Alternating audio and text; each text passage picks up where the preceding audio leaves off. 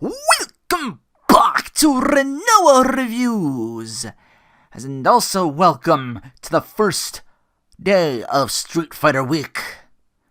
First with a long-awaited review for the second of two video game-based movies that I've seen in theaters. Raul Julia's final film. I think he knew his time was coming because, my god, does that performance of General M. Bison live on.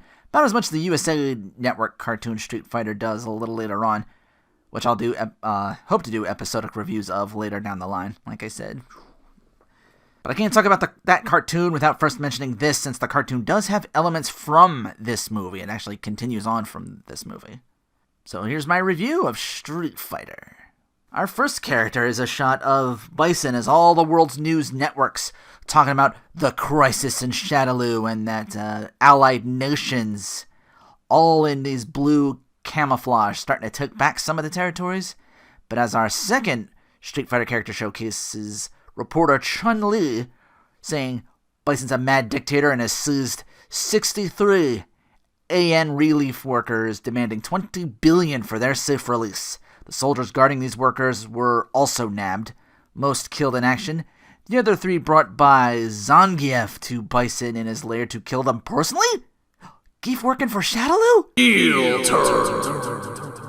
Our hero, Colonel William F. Guile, played by Jean-Claude Van Damme, who was all over the action movies in the 90s. He's reluctant to speak to Chun-Li, but is quick to grab the mic and berate Bison on live TV. Bison has his tech guy, DJ, hack into Chun-Li's news van broadcast. Honda in the van, Balrog the cameraman? Bison delivers a message to Guile personally. You got 3 days to deliver my $20 billion or the hostages die. Guile recognizes one of the guards being brought to Bison as Charlie. Tells him, we're coming. Bison reaches for Charlie's name tag. Reads, Carlos Blanca, and has his guards take him away rather than kill him. Next scene, we get Vega in a cage match as the underground brawler, while Ryu and Ken are scheming against Sagat, who's a weapons dealer? The weapons themselves are these toy guns that shoot plastic balls, so Sagat's men fight Ryu and Ken. Eventually the goons get actual guns and force a surrender. It's weird, they mention Ryu as Ryu, but they got Sagat's name correct. Back in Bison's lair, there's a lab where Dr. Dalsim in chains is being forced by Bison to turn Blanca into a killing machine. First by overloading his brain with all the cruelties of man, I guess, and after that's done, Bison's more loyal scientist will mutagen his ass with the ooze. It's got some like green and orange stuff in there. I'm like, wait, is the orange stuff like the hair dye, or... But it's the Blanca colors we come to know about something. But back to the underground cage fight, Sagat forces Ryu to face his champion Vega and plans Ken to be next after a bit of exposition on how Vega's the greatest cage fighter since Iron Fist, who is a retired Sagat. Before the fight can begin, AN troopers storm the place via an entire tank crashing through the place with rockets aimed, arresting everyone involved. Job well done. Guile's in a staff meeting with Sawada! Capcom Japan's shot at making their own star since this movie doesn't have Fei Long in it. Sorry to fans of that character, but not much meat on the bone as far as story for him goes. Kind of like Ukyo not being in the Samurai Showdown anime movie. Hell, T-Hawk is in this movie, and he's in the same boat. He's here as part of the AN as Sawada is readying his sect of troops. Not sure what the actual call is, but a sect seems kind of sinister. Cammy says with the earlier broadcast, they're close to finding where Bison is hiding. Surprise attack! A knife wielder attacks Guile, who's promptly taken down. We see he bears a tattoo of the Shadaloo Tong. We see a shot of that same tattoo on Sagat's arm, while in his new prison garb alongside Vega, Ryu, and Ken. So Guile gets the idea, if Sagat's a gunrunner to Shadaloo and Bison, he'll know where he's hiding. Guile sees Ryu and Ken fighting off Vega and his makeshift bamboo claw? Gotta keep the gimmick, I guess. Wow. Guile gets the plan to use those two, and yeah, this movie has the Ryu Hoshu and Ken Masters. They gave him a last name too. being taken in by Guile, who walks him through the medical bay as refugees are being taken in. So Ryu and Ken stage a fake infight amongst one another and steal a key off one of the soldiers trying to break the fight up. Sagat, wanting to escape, makes a deal saying he can help him escape the city, and it's jailbreak time. They do take gunfire, so did Guile only inform them and not everybody of this plan? Didn't want to inform too many. Maybe there's a mole on their side too. I never thought of it that way. But Guile, in front of a speeding truck, opens fire and Ken guns him down. Not before Chun-Li tosses a tracker into the van in plain fucking sight. Oh, this is another one of those. Don't think, just get your pieces on the board and in place. All your players in where they need to be. Get your shit in. Bison going over building his new Bisonopolis plans as Chun-Li reports the death of Guile publicly. Bison mourns only because he didn't do the dispatching of Guile personally, going on to reveal he plans to take over the world. Carlos Blanca being the first among an army of super soldiers to wipe out any and all resistance, while Chun-Li and her camera crew see they're not the only ones tracking Bison. Chun sneaks in and discovers the other tracking devices from AN, and also stumbles upon Guile not so dead. Yep, part of the setup. Guile has T-Hawk and Cammy take Chun-Li into custody as she reveals she wants Bison for more personal reasons. She wants revenge. Guile saying to her, "This war is not about your personal vendetta." Guile finishes as she's taken off, saying to himself, "It's about mine." Quite impressed, however, at how quickly she escapes. What a woman. So impressive, she's already met up with Balrog and Honda as all three are in disguise as performers for our next scene, Bison's little soiree over arms dealing. Sagat's there too and is promised for payment. Why settle for money when I crush the AN? What if I were to share the country with you? Sagat wants to get paid now, and we get Bison dollars. Bison assures Sagat each one will be worth 5 British pounds, the exchange rate the Bank of England will set once I've kidnapped their queen. Sagat thinks Bison mad, and the two stand off. During all this, the Ken gets distracted by Chun-Li's beauty. Ryu follows after Ken. Both get tied up by Chun-Li as we get more exposition about how Edmund Honda, a sumo from Hawaii, almost made Yokozuna till the Shadow Tong destroyed his reputation. Same for Balrog in his boxing career, I guess. Okay. Ryu and Ken get released after being told that Chun-Li plans to set off all the weapons in the area to detonate. Ryu and Ken warn Bison and Sagat, so they survive this attempt. Bison demands, "Search the camp immediately." Next shot from a satellite reveals that a Zhang CL, a Honda E, and a Balrog G have indeed been kidnapped by Bison forces. Ryu and Ken just working for Guile. That doesn't extend to Chun-Li's plan, which I'm sure if Ken didn't follow Chun-Li, they'd be among the casualties. So, yeah, not feeling so cooperative with Chun-Li, even if they are good guys too, which the two lament back in the lair. Bison welcomes Ryu and Ken as honored guests. Sagat and Vega too decide to stay and see how Bison operates. Sends Balrog and Honda to the interrogation room and Chun-Li to his chambers. Meanwhile, Guile has pinpointed the Shadaloo Basin as ready to attack by sea using one stealth boat driven by Guile while the others split along another path via the river. The stuffy guy from Ace Ventura 2 shows up ready to pay the demand, and Giles has none of it. We get the "who wants to go home and who wants to go with me" speech. And then the next scene's Bison's big scene is Chun-Li expositions that her father died protecting her village from a not then self-promoted to General Bison and his men.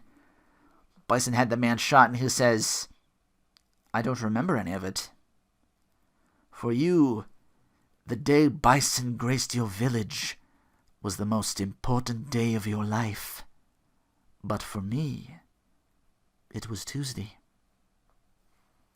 Dude's even got a skull and bone chandelier. That's how evil this motherfucker is. Oh, I love it. During all this, Ryu and Ken in their Bison training outfits, aka the means to get him in their karate gi colors, but they just have like a Shadaloo patch on the front of it.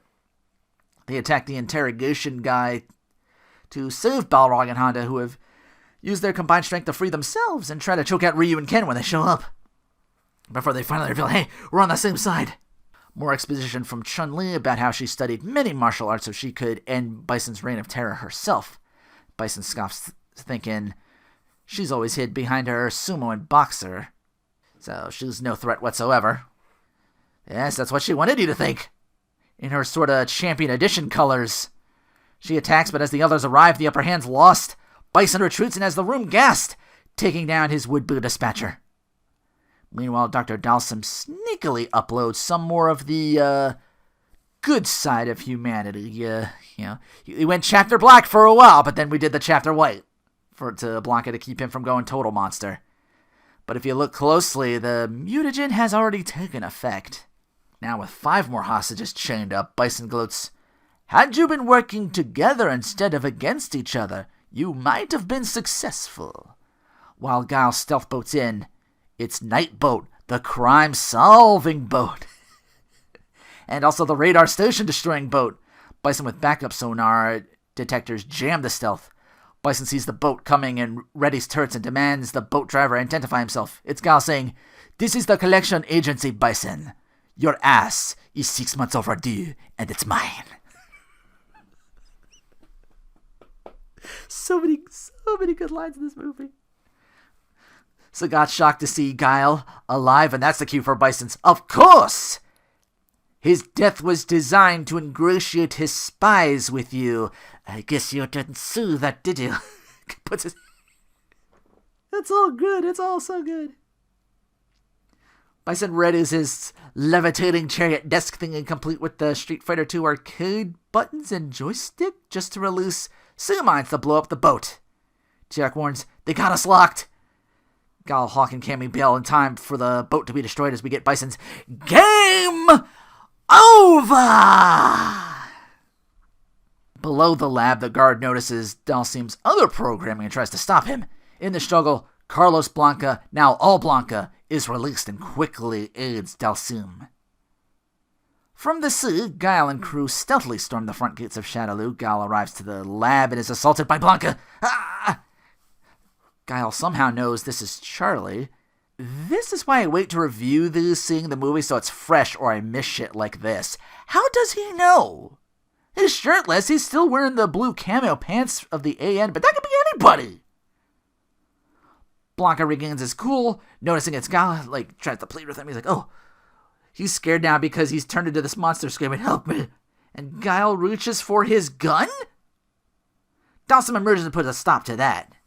But it's been 3 days in this time period. Bison has not been given his 20 million, so he opens the hostage chamber and lets them know that they're about to be slaughtered by Blanca, not knowing what Dalsim knows, and is saying to Guile, "Don't kill him.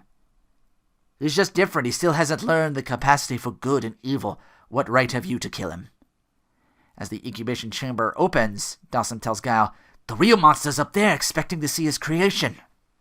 Chamber opens and it's Guile with the mother of all flying kicks. He goes he's up, over, and in. It's like if Rey Mysterio did a flying kick but was on wires and still just kept going. It was Liu Kang-esque. That's literally what he did, just because the chamber's underneath, so he to go up and out. It's on a bottom slant here, so it's maybe a little higher where Bison was. I don't know what the trajectory was, but he was definitely out of the chamber, 45 degree, 90 degree kind of position. So yeah, Van Damme action heroes his way through all of the Shadaloo's guards or whatever, and the fight rages outside and inside. Guile telling Ryu and Ken, "Get the hostages to safety and you'll have your first-class tickets and passports home." Tells Chun-Li and Balrog, "Aid them in this."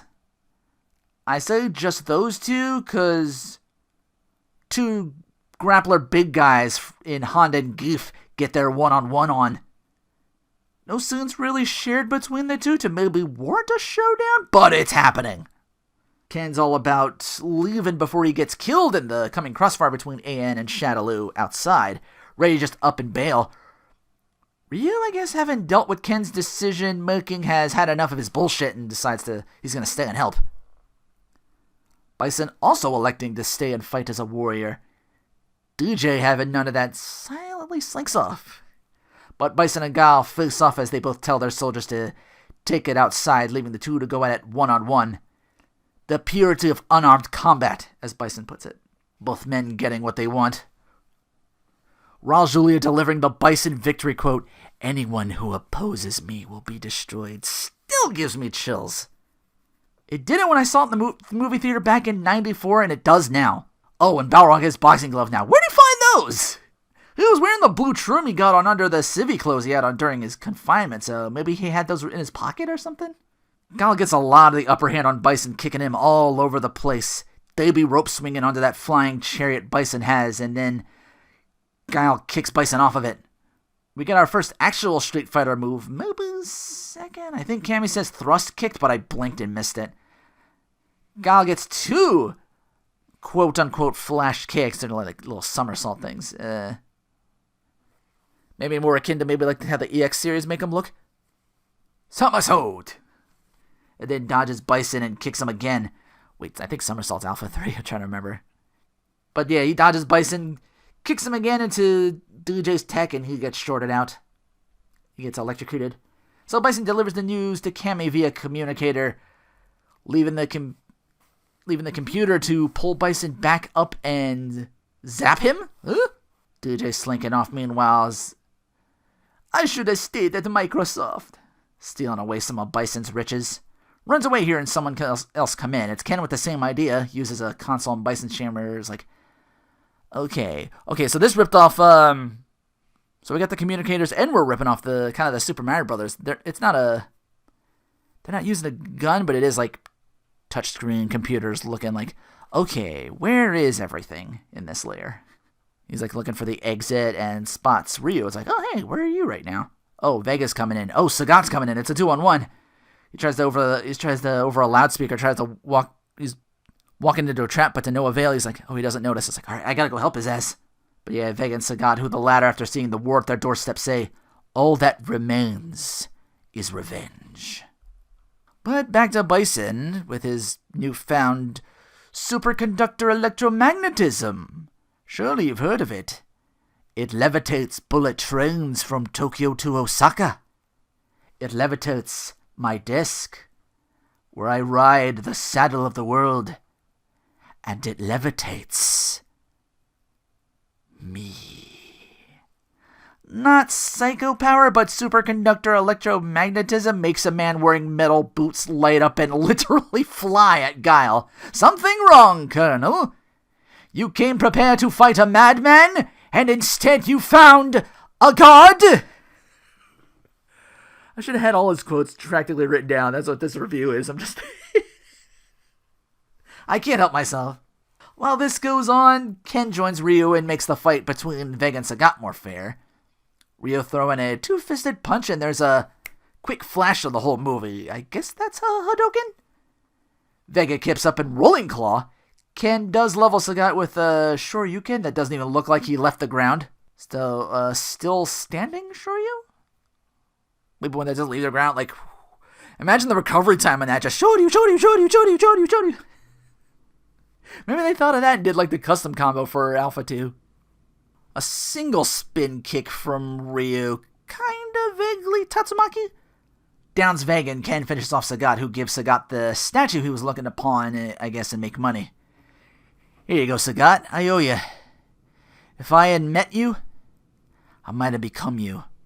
Leaving with Ryu triumphantly. And Guile finishes off Bison by spin kicking him backwards with the momentum of his own flight path for his, not the Psycho Crusher, but still kind of... He doesn't do the hand movements, it's like one hand out, it's like less, like, which is also a thing they got from Hokuto no Ken. I remember seeing like I think it's like a Nanto spin attack, I can't remember who it was. I used that move, but yeah, that's where they lifted it from. So less like hand clasped over another Psycho Crusher and more like fist coming out like he's fucking Superman. This is the most cartoonish thing I'm going to do. Like, again, I feel like he knew his time was coming, so I'm like, no, let's go all the fuck out. But yeah, Bison gets kicked so hard of his own momentum and flies all the way back to his tubes and gets finished off for real this time. Yeah, everyone get your shit in. We got 10 minutes left of movie. get it in so we can wrap up. Even Honda gets a sort of 100 hands. He just open hand slaps Geef a bunch, and as the hostages are rescued, they flee.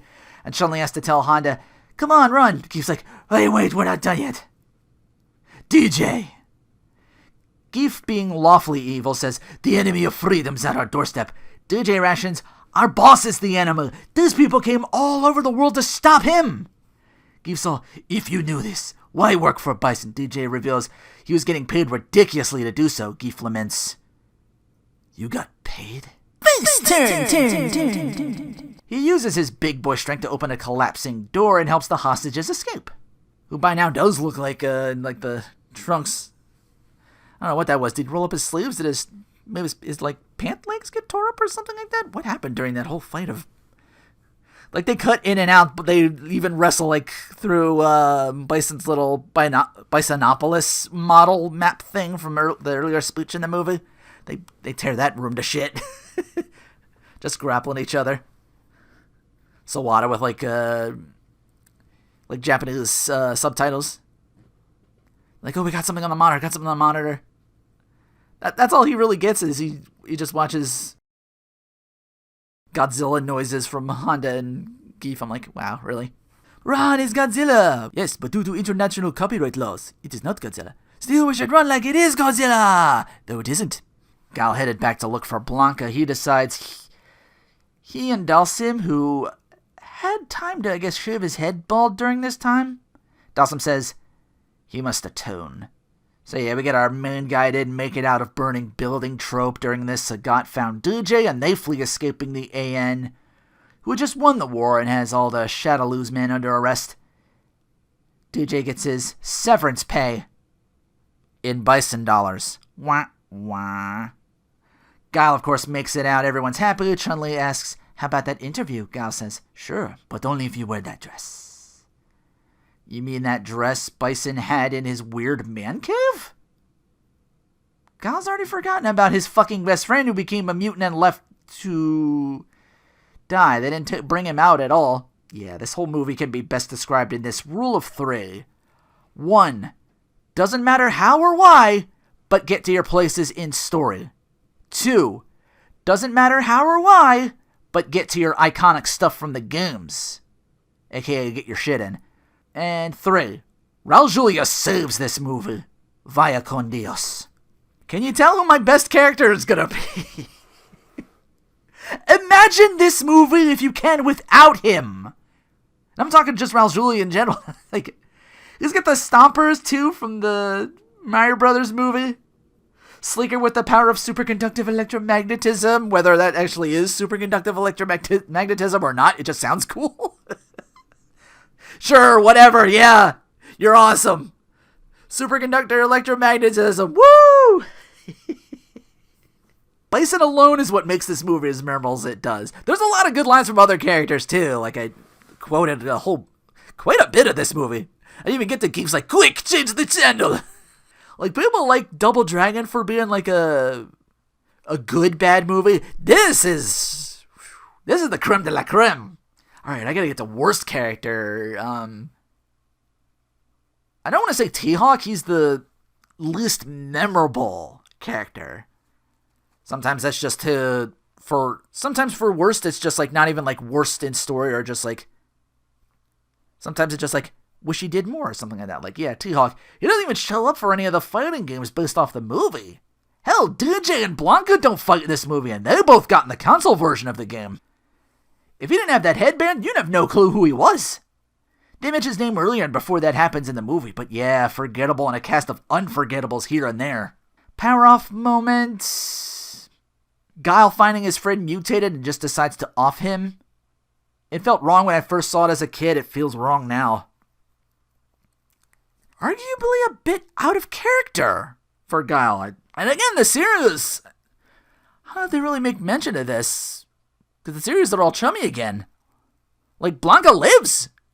Dalsim lives too. So yeah, kind of based on, but kind of follows it, but not really. I think it's more based on rather than just a continuation. But in the beginning, the Blanca's are already mutated. It already has this plan, so they kind of change stuff here and there. But yeah, I guess this was Capcom's baby for a while. Try to break into the movie soon and the whole Sawada thing. I'm glad he's in the games, by the way. Sawada! Power on. Vega with his makeshift bamboo claw or whatever in prison. Dude, just living the gimmick. I like that. Some of the bigger characters get their shit in. It's what you'd expect. They may not look exact, but again, it's like waiting for your favorite wrestler to hit their sig or finish. It's like, oh, hey. Signifying the end of the match, kind of. He doesn't say much, but he's got the tattoo. He's got the mask. He looks amazing. Vega. Like, T-Hawk you wouldn't recognize until he gets the bandana, like, during the sneak mission, and that's like the latter third of the movie. Again, if you didn't mention him, you had no idea who he was. I was like, oh, that's supposed to, like, if he never said his name, I would have been like, oh, that's supposed to be T-Hawk this whole time. That's who that guy is. Like, why does he keep showing up? If he didn't say anything, I would have mistook him for maybe his friend Charlie, but no, they didn't have this was still before or kind of during Alpha, so they didn't really, like, flesh Charlie Nash out just yet. But yeah, the cartoon does more than this movie by shoehorning that Street Fighter is a code name for their global anti-Shadaloo group, so familiar faces get subbed in and out depending on the episode. But that Street Fighter the movie was their baby for a while. Kinda. They had like a kind of a 1-2 punch. They hit you with the stuff I seen in theaters, and then this movie I saw later on VHS. So join me tomorrow for the measuring stick of animated movies based on fighting games as far as I'm concerned in Street Fighter 2, the animated movie. Until next time, take care. For I beheld Satan as he fell from heaven like lightning.